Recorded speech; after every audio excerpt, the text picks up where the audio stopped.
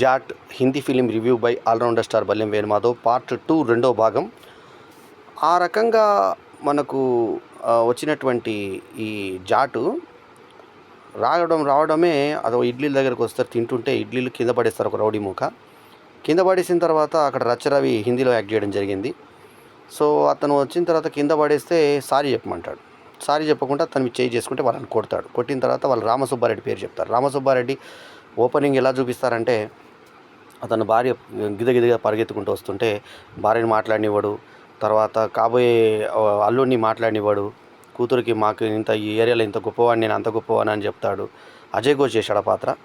So చేసిన తర్వాత అన్నీ చెప్పి డాంబికాలు పలికిన తర్వాత అక్కడికి వచ్చి రామసుబ్బారెడ్డి ఎవరు అనగానే, నేను అనగానే డాన్మని కొడతాడు చెంప మీదకి. అలా ఉందో అవమానం అయితే కిసుక్కున అవుతుంది పెళ్ళాం. సో ఆమె కూడా చెబ్బిగా బాగా అనిపించింది తెలుగునటే. సో ఆ తర్వాత కింద పడ్డ తర్వాత అందరూ అవమానంగా నవ్వుతారు. అంతకుముందు ఇతను అన్ని భేషజాలు మాట్లాడుకుంటే అక్కడ ఒక కళ్ళు కనబడిన వృద్ధురాలు కూడా నవ్వుతుంటుంది. మంచిగా అయింది అంటే ఏమైందంటే పంచి ఊడిందంటే కిసుక్కున నవ్వుతుంది. సో మొత్తానికి అక్కడ కొట్టిన తర్వాత అతను ఇంకొక పేరు సోములు అని పేరు చెప్తాడు. ఆ సోములు రిజిస్టార్ దగ్గరికి వెళ్ళేసి రిజిస్టార్ సంతకాలు తీసుకుంటే పెద్ద విల్లని ఉంటుంది. అక్కడికి వెళ్ళి ఆ సోముల్ని కొడతాడు. ఆ సోములు రణతుంగ పేరు చెప్తాడు. రణతుంగ దగ్గరికి వస్తాడు. చిన్నపిల్లల కథలాగా ఉంటుంది అనమాట. అంటే ఏదంటే చీమ ఎందుకు కుట్టావంటే నా పుట్టలో వెళ్ళి పెడితే కుట్టిన టైప్లో ఒకటి ఎలా ఉంటుందో, ఆ 7 చేపల కథ ఎట్లుంటుందో ఆ కథ టైప్లో లాస్ట్కు ఈ రణతుంగ దగ్గరికి వస్తే ఒక చిన్న సారీ కోసం వీని ఇక్కడ దాకా తీసుకొచ్చావా అని చెప్పి తమ్ముని కొట్టి వీనికి సారీ చెప్పి పంపిస్తేస్తే అక్కడ బట్టలు తీసి నిలబెట్టినట్టు శ్యామికూర్ లాంటి లోపల ఆడ కానిస్టేబుల్ 6గురును ఈ ఎస్ఐ అక్కడ ఉంటే విజయలక్ష్మి ఆమె పేరు, వాళ్ళని తీసుకొని పోలీస్ స్టేషన్కి తీసుకొస్తే పృథ్వీరాజ్, మన తెలుగు పెళ్లి పృథ్వీరాజు, రుకురుకుమేని పాట ఫేమ్ ఈ మధ్య యానిమల్తో మళ్ళీ హిందీ రంగ ప్రవేశం కూడా చేసిన పృథ్వీరాజ్ అందులో ఎగతాళిగా మాట్లాడి మీ మానాలన్నీ అవి కూడా పోయాయి అని చెప్పేసి వాళ్ళ శీలాల గురించి దౌర్జన్యంగా మాట్లాడతాడు. సో అక్కడ వచ్చిన తర్వాత ఈ లేడీస్ని తీసుకొని ఇతను మళ్ళీ బట్టలు వేయించి వాళ్ళతో చినిపోయిన బట్టలతోటి అలా వస్తారు. వచ్చిన తర్వాత స్టేషన్లో ఇట్లా అవమానం జరిగిన తర్వాత అక్కడ ఊరిదీస్తాడు వాళ్ళందరినీ.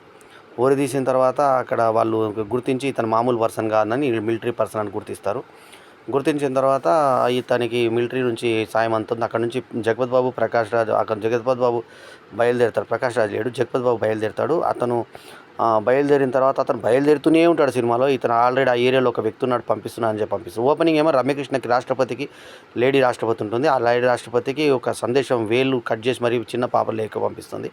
ఆ లేఖ పంపిన పాపం తర్వాత హింసిస్తారు.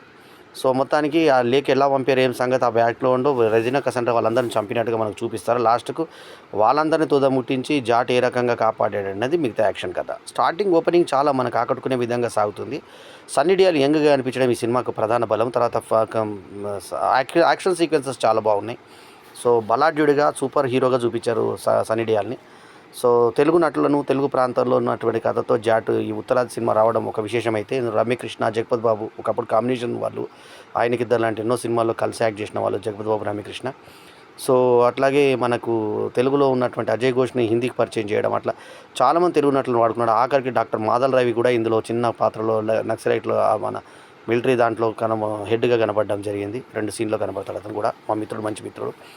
సో అట్లా జాట్లో మన తెలుగు దర్శకుడు మలినేని గోపీచంద్, తెలుగు నిర్మాతలు మైత్రి మూవీ మేకర్స్, టీజీ విశ్వప్రసాద్ సౌజన్యంతో ఈ సినిమా చేయడం జరిగింది. హిందీ నిర్మాత పేరు వేయడం జరిగింది నిర్మాత అని.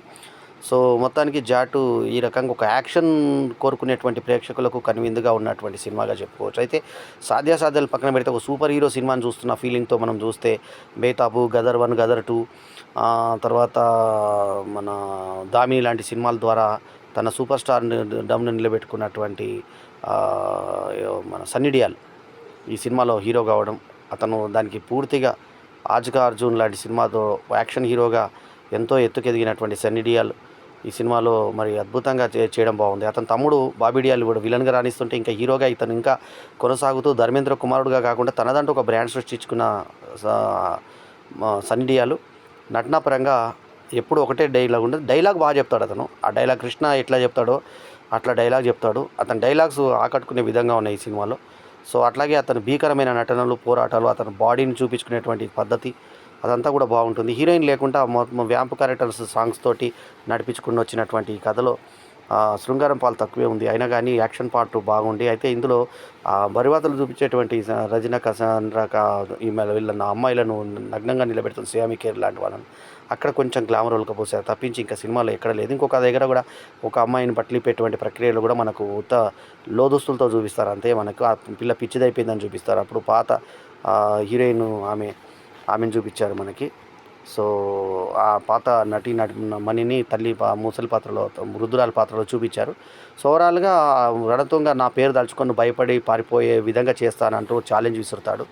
ఆ తర్వాత అతను అతని భయపడిపోయాడు అనేది చివరి కథలాగా చూపించి లాస్ట్కు జాట్ ఏ రకంగా అందరినీ కాపాడి మిలిటరీ వాడు ఏ రకంగా దేశాన్ని రక్షిస్తాడో ఆ రకంగా లోపటి శత్రువులను అస్సలు ఉపేక్షించాడు ఇతను అన్న అతని క్యారెక్టరైజేషన్ని సర్మం చేస్తూ యాక్షన్ ఓరియంటెడ్గా మళ్ళీ గోపించేందుకు హీరోయిన్ ఎలివేట్ చేస్తూ చేసినటువంటి సినిమా ఇది. సో సారీ చెప్పు, నీ భాష ఎవడు అంటూ ఒక్కొక్కరిని వెతుకుతూ కొట్టేటువంటి సన్నివేశాలు స్టార్టింగ్లో మనకు నవ్వు తెప్పిస్తాయి, ఉత్సాహం తెప్పిస్తాయి. కాకపోతే చిన్నపిల్లల ఆటలాగా ఉంటుంది. లాస్ట్కు దాంతో ముడిపెట్టి మినరల్స్ కోసం అందరితో ఊరి జాగాల్ని కొట్టేసేటువంటి ఒక దొండగుడు రణతుంగ వేరే దగ్గరికి వచ్చి కొన్ని కోట్లు డీల్ చేసుకున్న తర్వాత వెళ్ళిపోయే ముందు ఇతనితో ఓడిపోవడము, సన్నీ డియోల్ అతను మట్టి కరిపించడము, అతను ఆర్మీలో ట్రైన్ అయిన వ్యక్తి అని, అతను ఎన్నో అండర్ ఆపరేషన్ చేశాడని చెప్పి ఈ మధ్య మనకు సంక్రాంతికి వస్తున్నాం సినిమాలో కనబడ్డ నటుడు, మరాఠీ నటుడు ఈ సినిమాలో అతను కనబడతాడు. సో అతను కనబడి ఈ సినిమాలో ఉపేంద్ర ఉమాయే అనే ఆ నటుడు ఇందులో ఎగతాళిగా మాట్లాడితే అతను కూడా ఊరేసేస్తాడు రణతుంగ. రణదీప్ కూడా ఈ పాత్రను చాలా సమర్థవంతంగా పోషించాడు. నటుల పర్ఫార్మెన్స్ ప్రకారంగా అందరు సీనియర్ నటులు కావడంతో రమ్యకృష్ణ స్టార్టింగ్ కనబడుతుంది, మళ్ళీ ఎండింగ్ కనబడుతుంది. జగపతి బాబుకు మధ్యలో ప్రయాణం చేస్తూనే ఉంటాడు సినిమా అంతా. సో లాస్ట్కు తప్పించుకున్నాను అని చెప్పి చూపించడం. అతని పక్కన కూడా నటించిన నటుడు రీసెంట్గా నాకు అతను అమీర్పేట్ అల్లు అర్జున్ థియేటర్లో కనబడ్డాడు. ఆయనతో కలిసి ఫోటో దిగడం కూడా జరిగింది అతను. సో అతను నటించాడు జగపతి బాబు పక్కన అధికారిగా అన్నీ ఎక్స్ప్లెయిన్ చేస్తుంటాడు ఈ రణతుంగ ఎవరు ఎలా వచ్చాడు అనేది. సో నటినట్ల స్టార్డమ్ తెలుగు వాళ్ళని ఎక్కువ వాడుకున్నారు, తెలుగు ప్లేసెస్ని వాడుకున్నారు. ఆ ట్రైన్ నుంచి టాప్ యాంగిల్లో చూపించే షార్ట్స్ అన్నీ కూడా బాగా అనిపిస్తాయి. తర్వాత లొకేషన్స్ బాగున్నాయి. సియామి కేర్ని నగ్నంగా కూర్చోబెట్టిన ప్లేస్ను అలా మన దినమంతా అలాగే కూర్చోబెడతాడు. ఆ తర్వాత ఈయన బట్టలు ఇచ్చి వాళ్ళని తీసుకొని వస్తాడు. సో ఆ తర్వాత వాళ్ళు ఏ రకంగా పోరాటం చేశారు, వీరోచితంగా వాళ్ళు ఏ రకంగా కాపాడారు, మొత్తానికి వాళ్ళని తర్వాత ఏ రకంగా చేర్చాడు పోలీస్ స్టేషన్కి, ఆ తర్వాత వెళ్ళిన తర్వాత పృథ్వీరాజ్ని ఏ రకంగా తొడముట్టించాడు, ఆ తర్వాత ఆ రాసిన లెటర్కి ఏ రకమైన న్యాయం జరిగింది, ఆ తర్వాత రమ్యకృష్ణకి ఏ రకంగా మళ్ళీ ఈ జగపతి బాబు ద్వారా ఇతనికి ఆపరేషన్ అప్పచెప్పారు, ఆపరేషన్ అప్పచెప్పిన తర్వాత ఇతను యుద్ధంకి హెలికాప్టర్ నుంచి ఎలా దిగాడు, ఏం చేశాడు అనేది మిగతా కథ. అయితే ఇతను ఎక్కడికి బయలుదేరాడు అనేది నిర్దిష్టంగా చూపించలేదు మనకు. అతను ఎందుకు బయలుదేరాడు, ఎక్కడున్నాడు, ఏం చేస్తున్నాడు అనేది ఏం చూపించలేదు. అతను పని కేవలం సారీ చెప్పించుకోవడమే అన్నట్టుగా చూపించి మూర్ఖంగా చూపించారు. ఉపేంద్ర ఉమాయ్ అక్కడ మధ్యన కలిసి తను గొప్పవాడని చెప్పి తను జైల్లో చూశాను అంటాడు. అతను జైల్లో చూపించడానికి మిలిటరీ దానికి అతకదు. మనకు అక్కడ కూడా దర్శకుడు తడబడ్డాడు విషయం చెప్పడంలో. అతని బ్యాక్గ్రౌండ్ ఏంటి, అసలు ఆ క్యారెక్టర్ ఎవరు, ఎందుకు అతను ప్రయాణం చేస్తున్నాడు, మధ్యలో ఆగితే ఎందుకు ఇతనికి దోచుకున్నాడు, అసలు పోవాల్సినటువంటి గమ్యస్థానం ఏంటి అనేది క్లారిటీగా దర్శకుడు చెప్పలేకపోయాడు. గోపిచంద్ మల్లేని కన్ఫ్యూజ్తో రాసుకున్నారు కథను మనకి ఇంకొంచెం కన్ఫ్యూజన్తో చెప్పే ప్రయత్నం చేశాడు. కానీ యాక్షన్ సీక్వెన్స్ సన్నీ డియోల్ యొక్క యంగ్ కనబడ్డ లుక్ తోటి, తర్వాత ఇన్నేళ్ల తర్వాత కూడా అతను చెక్కు చెదరకుండా 60+ ఉన్నా కూడా అతని బాడీ ఏమాత్రం తగ్గకుండా ఉండేటువంటి ఇది, హీరోయిన్ లేకున్నా కూడా సినిమాని మెయింటైన్ చేసిన ఈ పద్ధతితోటి ఈ సినిమా లాక్కొని వచ్చాడు. మొత్తానికైతే సినిమా ఆకట్టుకునే విధంగా ఉందా అంటే పర్వాలేదనే స్థాయిలో ఉంది. ఈరోజు ఉన్నటువంటి జాక్ అంటే JACK, ఇదేమో Jaat JAAK JAT common, JACK Jack, JAAT Jaat. So చివరిలో కూడా జాట్ అని చూపిస్తూ ఇంటర్వెల్ కూడా జాట్ అంటూ ఇన్ఫర్మేషన్ ఇవ్వడం, ఇవన్నీ బాగున్నాయి. ఎండింగ్లో ఏం జరిగిందనేది చూపిస్తూ ఆ పాటలు ఇతను సర్దార్జీ లాగా పాటలు వేస్తూ ఇతను బల్విందర్ సింగ్ అని చెప్పేసి ఇతను ఒక టైటిల్ ఇతను ఇచ్చి ఆ రకంగా యుద్ధంలో ఎక్కువ మనకు మిలిటరీలో ఉంటారు కాబట్టి ఆ ప్రకారంగా సింగ్ పేరే ఇతనికి ఇచ్చి సమర్థవంతంగా పోషించినటువంటి ఆ పాత్ర సన్నీ డియోల్కి శరీరానికి టైలర్ మేడ్ లాంటి కథలాగా అనిపించింది. మల్లేని గోపిచంద్ దర్శకత్వ ప్రతిభ హిందీ సినిమాలానే తీసే ప్రయత్నం చేశాడు. కానీ కథలోనే అతను ఎందుకు వచ్చాడు, ఎందుకు పోతాడు అనేది కాకుండా అది క్లియర్గా చేసి ఉంటే బాగుండేది. రణదీప్ కూడా రావణాసురుడుగా ఆకట్టుకున్నాడు. అతను వెనకాల రావణాసురుడు టైపు ఉంటుంది. లంక నుంచి వచ్చాడు కాబట్టి రావణాసురుడు అన్న సింబాలిక్ చూపించారు. రెజినా కసాండ్రా ఎప్పుడు లేని విధంగా వీళ్ళని పలికించింది. నగ్నంగా కనపడే సన్నివేశాల దగ్గర నుంచి ఒళ్ళు దాచుకోకుండా సియామి ఖేర్ నటించింది. సో ఓవరాల్గా మనకి సియామి ఖేర్ నటన, పోలీస్ ఆఫీసర్గా ఆమె చేతి కింద ఉన్న 6 అధికారులు కూడా మొత్తం ఆ లేడీ అధికారులు కూడా చాలా బాగా చేశారు. స్కిన్ టైట్లతో స్కిన్ కనబట్టేలాగా మొత్తం అంటే టైట్ ఫిట్ ప్యాంట్లతో వాళ్ళు నటించినటువంటి విధానం ఆకట్టుకునే గ్లామర్కు మన ఒలకబోస్తుంది. అట్లాగే ఒక లేడీ పాపని అంటే ఒక టీనేజ్ అమ్మాయిని నగ్నంగా ఊళ్ళో కూర్చోబెడతారు. అదే కూడా స్కిన్ టైట్తో చూపించారు మనకి.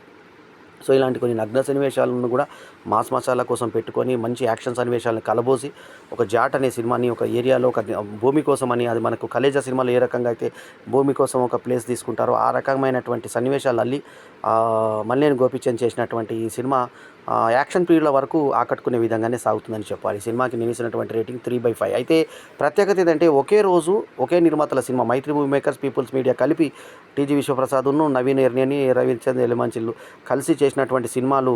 ఒకటేమో గుడ్ బ్యాడ్ అగ్లీ కాగా ఏకేస్ గుడ్ బ్యాడ్ అగ్లీ కాగా, ఏకేస్ అంటే అజిత్ కుమార్ సినిమా, గుడ్ బ్యాడ్ అగ్లీ, తర్వాత జాటు సన్నీ డియాల్ది ఒకే రోజు విడుదల కావడం, పోటీగా తెలుగు హిందీ సినిమాలు ఒకే రోజు ప్రపంచవ్యాప్తంగా విడుదల కావడం ఒక విశేషం. ఇది విశేషం, చాలా అరుదైన విశేషం. ఒకే నిర్మాతలు రెండు పెద్ద సినిమాలు ఒకే రోజు పోటాపోటీగా నిలబడ్డము. ఆ రెండు సినిమాలకు కూడా మిశ్రమ స్పందన, అంటే మరి ఫ్లాప్ కాకుండా పర్వాలేదు అనుకునే స్పందనే. గుడ్ బ్యాడ్ అగ్లీ పర్వాలేదు అనిపించుకుంది, జాట్ కూడా పర్వాలేదు పైనే అనిపించుకుంది. సో గదర్ 2 యొక్క సక్సెస్ ప్రభావం ఈ సినిమా మీద, ఓపెనింగ్స్ మీద ఉంది. గదర్ 2 దాదాపు 300 కోట్లు క్రాస్ చేసిన సినిమా కాబట్టి, 300 కోట్ల క్లబ్లో ఉన్న సినిమా కాబట్టి, ఆ సినిమా తర్వాత వచ్చిన సినిమా కాబట్టి సన్నీ డియాల్కి ఓపెనింగ్స్ అనేటివి ఈ సినిమాలో వస్తాయి. ఆ రకంగా గోపీచంద్ మల్లేని చేసినటువంటి ప్రయత్నము సఫలీకృతమైందని చెప్పాలి. పర్వాలేదు అనిపించుకునేటువంటి యాక్షన్ సినిమాకు నేను ఇచ్చినటువంటి rating 3.5/5 is my review rating. నేను ఆ సినిమా గుడ్ బ్యాడ్ అగ్లీ కూడా ఇదే దాదాపు రేటింగ్ ఇచ్చాను, ఈ సినిమా కూడా ఇదే దాదాపు రేటింగ్ ఇచ్చాను. ఎందుకంటే రెండు కూడా ఒకే మోస్తరులో ఉన్నాయి. రెండింటిని కంపేర్ చేసుకున్నప్పుడు ఏది బెటర్ అనుకున్నప్పుడు యాక్షన్ సన్నివేశాలతో ఇదే బెటర్ అనిపిస్తుంది. రెండు కూడా యాక్షన్ సినిమాలు కూడా మరొక విశేషం. రెండు కూడా ఒకే నిర్మాతల సినిమాలు, తెలుగు నిర్మాతలు. ఒకటేమో తమిళ్లో, ఒకటేమో హిందీలో చేసేటువంటి ప్రయత్నం. మన నిర్మాతలు, తెలుగు నిర్మాతలు ఇక్కడ దాకా ఎదిగారని చెప్పడానికి గర్వపడాలి తెలుగు వాళ్ళుగా. సో ఓవరాల్గా ఏంటంటే 3.5/5 ఈజ్ మై రివ్యూ రేటింగ్. రెండు యాక్షన్ సినిమాల్ని మైత్రి మూవీ మేకర్స్ లాంటి ప్రతిష్టాత్మక సంస్థ అటు తమిళ్లో గుడ్ బ్యాడ్ అగ్లీ రూపంలో, ఇక్కడ జాట్ రూపంలో హిందీలో కూడా చేసి మన తెలుగువారి ప్రతిష్టను పైకి తీసుకొచ్చారనే చెప్పాలి. రెండు కూడా ఫెయిల్ కాకుండా అట్లీస్ట్ యావరేజ్ దాటి ప్రదర్శించబడడం ఒక మేలు కొలుపు అని చెప్పుకోవచ్చు. సో వాళ్లకు మైత్రి మూవీ మేకర్స్కి అభినందనలతో.